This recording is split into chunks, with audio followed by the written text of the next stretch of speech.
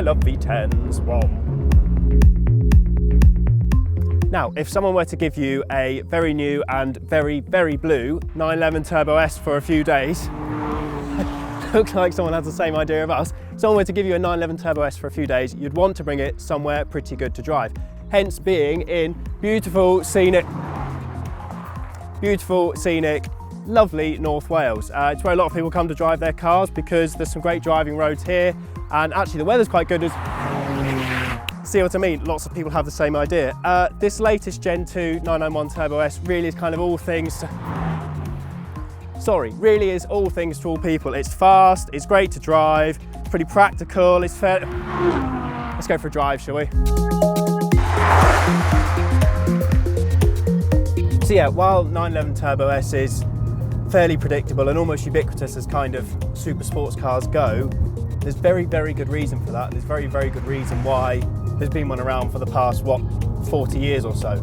It's because there's so much in one car, odd though that may sound. It can just sort of do everything you need it to do. So you can just plonk it into automatic, drive along like a 911, really. You can fit very small children in the back if you want. You can put shopping in the front. You can get decent fuel consumption. You can just drive along quietly and comfortably, just like a 911, and blend in as well. Obviously, you may not blend in if you have your Turbo S in Miami blue, but in black or silver or blue or whatever, you can blend in, and for some people that's quite appealing. Obviously, the other side of a 911 Turbo S is just this absurd tarmac shredding monster of a thing that just, whatever you've been in beforehand, is just so fast. Kind of short of a Veyron, I think, is going to feel slow compared to this. Porsche say 580 horsepower. I think that's a very conservative 580 horsepower. But just at all speeds, any gear, any revs, you just fly, absolutely fly. So you'll probably be aware of the host of technology you get in a Turbo S nowadays. There's PDCC dampers, PDK gearbox, PASM, traction and stability control. There's a lot there, and it does enable you to carry just ridiculous speed across the road. And don't get me wrong, that will have considerable appeal to a lot of people. The issue is that, and I know it's going to be a familiar complaint, that it leaves you with not as much to do on the road and not as much to enjoy as you might like. I've driven a Turbo S on track and it was great, and that's the problem, is that it's only once you're on track that this car really starts to kind of come alive and feel a bit more like a 911 and feel a bit more exciting, because on the road, I think what you're ultimately left with, you marvel at the speed and you're excited by the speed, but actually something to drive, it feels a bit more like you cling on and sort of hope for the best is harsh, because you know it will deal with it, but you certainly don't feel like you are influencing much of what goes on, and that's a real shame, because once you do get it on track, there's more going on, but just to breach those limits, you can't do it on the road. It's not realistic, sadly. However, if you want your everyday, really, really, really fast supercar to be a bit more extroverted, shall we say, than a 911 Turbo, even a 911 Turbo in Miami blue, you want something that shouts about its credentials a little bit more, then Audi has an alternative, doesn't it? About a decade ago, Audi introduced the R8 to the 911 sector and rather shook it up, and what do you know, we have one right here.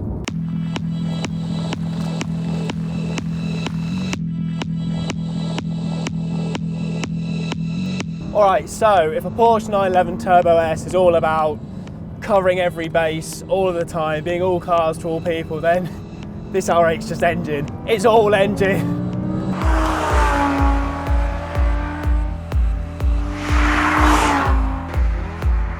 This is 5.2 litres. It revs to 8.5.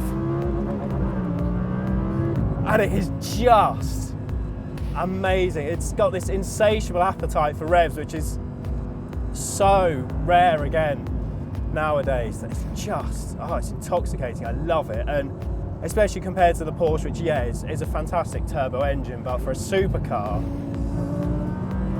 you want V10, don't you? You definitely want V10. It is just magnificent, and it's matched to this S-tronic dual clutch gearbox, which I think it might even be better than the Porsche. It is super sharp in its changes, especially when you have it in the more aggressive driving modes and you get really fast downshifts like that. There's a proper sense of supercar theatre that might be lacking in the Porsche. You've got noise, you've got throttle response, you've just got all the speed you could ever want. There are other elements of this R8 that are perhaps not so good.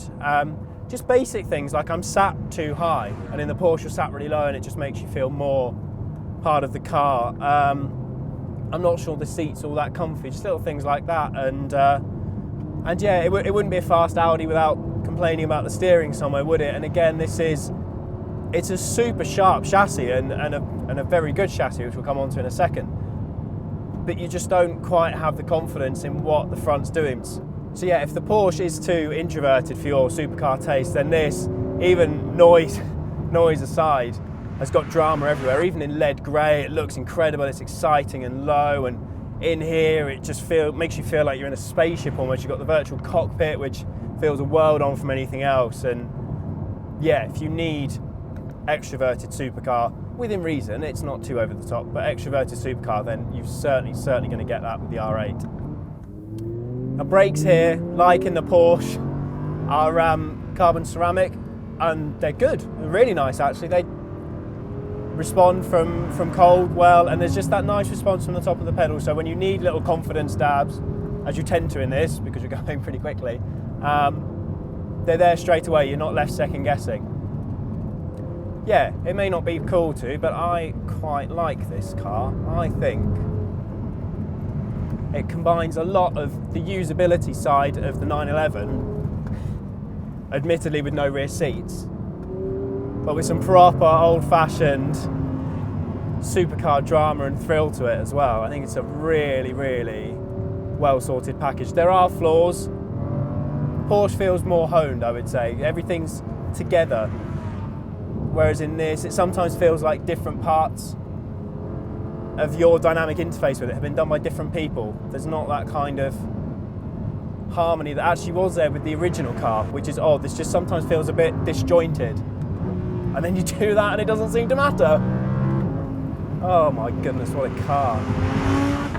However, there's an issue with the Audi, a larger issue at work, but it's the fact it is an Audi, and these are all expensive cars. You're getting on for nearly £150,000 with the Porsche and the Audi, and you'd probably like people to know you spent that money. Why not, instead of having the top of a quote-unquote regular manufacturer range, why don't you try and get in at the bottom of a bona fide supercar range?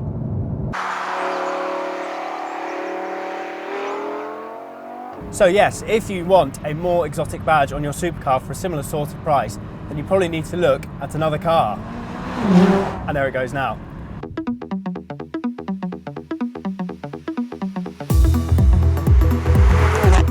So yes, if you want your supercar from a quote-unquote proper supercar manufacturer, then you can get a McLaren 570 for similar-ish sort of money to the other two. Now this is more expensive because, as you may be aware, this is the piston heads long term, and this is the car that Dan spec'd. And Dan, being slight diva that he can be on occasion, has got a bit over the top with the options. But fact is, a 570 GT that we have here, you can have for £155,000, which is not cheap, but it is in the ballpark of those other cars. 570 horsepower here is 580 in the Porsche. The key with this car, though, in terms of feeling different to those other two, is that it feels exciting and involving and everything you would want from a sports car at sensible speed. You don't have to be going absolutely ballistic to really, really, really enjoy this car. We'll get to that point in a second, don't get me wrong, but you can boot along and appreciate things like the visibility. You've got a really low scuttle, so you can see right across the road. You've got the glass roof, so you've got this great sense of visibility.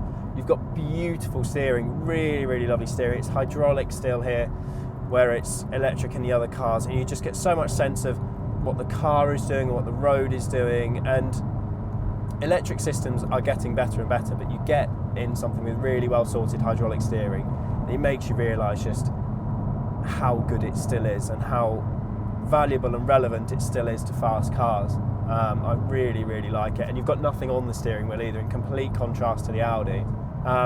You've got the best brakes here as well. They are gorgeous. The pedal placement as well, like spot on for left foot braking if you want to do that. Really, really lovely. And again, it's that sense of the driver being at the heart of things. To be able to enjoy it at road speeds and at road commitment levels is a worthwhile asset, I would say. On the other hand, this is still a McLaren, and if you want to go really, really, really quickly, you can definitely still do that. The chief advantage this car has over the other two in terms of going really, really fast, I know it has less power than the Porsche, but it's got a lot less weight as well. Obviously the McLaren is carbon tubbed, so you save a huge amount of weight. I know this has a bit of a disadvantage compared to an S. You've got a bit more equipment, so a bit more weight, but it's more than 100 kilograms less than the other two, and you just feel that everywhere in direction changes, in acceleration, in braking. It just feels so alert and so agile, and there's no contrived sense of that either. With the Porsche, you have the four-wheel steering trying to help out and manage that mass. In this, it's just a light, nimble, precise sports car. The Sport Series cars, as opposed to the Super Series McLarens, don't have the proactive chassis control. They don't have the fancy interlinked wheel control thing that proactive chassis control is. We've just got conventional anti-roll bars here and conventional dampers, but they do a remarkable job of keeping this car comfortable and corseting while also just delivering fantastic body control as well. It's a spooky combination of just control and comfort that is significantly better than the other two. Significantly. You think they do well, but this is just on another planet. It's just incredibly comfortable but and absorbent, but you can carry the speed. It's not like it's comfortable and you're being thrown off because the damping can't keep up or whatever. It is sublime how it manages to do that, and again helps with that sense of enjoying it at road speed, because you can drive it on a B road and appreciate what the car is doing and how good it is. You don't need a track or a dead smooth surface for it to show off what it can really do. Powertrain wise, this isn't quite as exciting as the Audi. Don't get me wrong, it's fantastically fast, but it doesn't quite have that thrill right in the upper reaches of its rev range as the Audi does. So while there are traits familiar in those other two cars from cheaper models, in this you're just thinking about more expensive cars that it's like all the time. So the way you look out on this car and the way the steering wheel is and the way you sit feels very much like a 650S to me, and that's a good thing because, well, A, feels like it's a more expensive car, but B, it's just such a well set driving position, and I'm unnecessarily tall and it suits perfectly. I absolutely love it. Okay, so we are all done in Wales for today. We need to start reaching some conclusions on these cars. The 911 Turbo S is still a fantastic car. It kind of always has been, hasn't it? If you want to take a car to a track, you want to go shopping in it, you want to commute in it, the 911 Turbo S covers off every single base so very, very well still.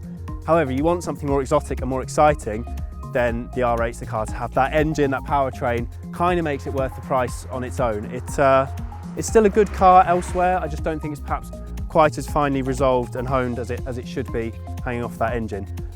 The winner here is a clear winner actually, by quite a long way for me. It's the McLaren 570 GT. It drives much nicer than the other cars here. I think it's more exciting to look at. It's more of an event to be in. It's the best supercar here, I think.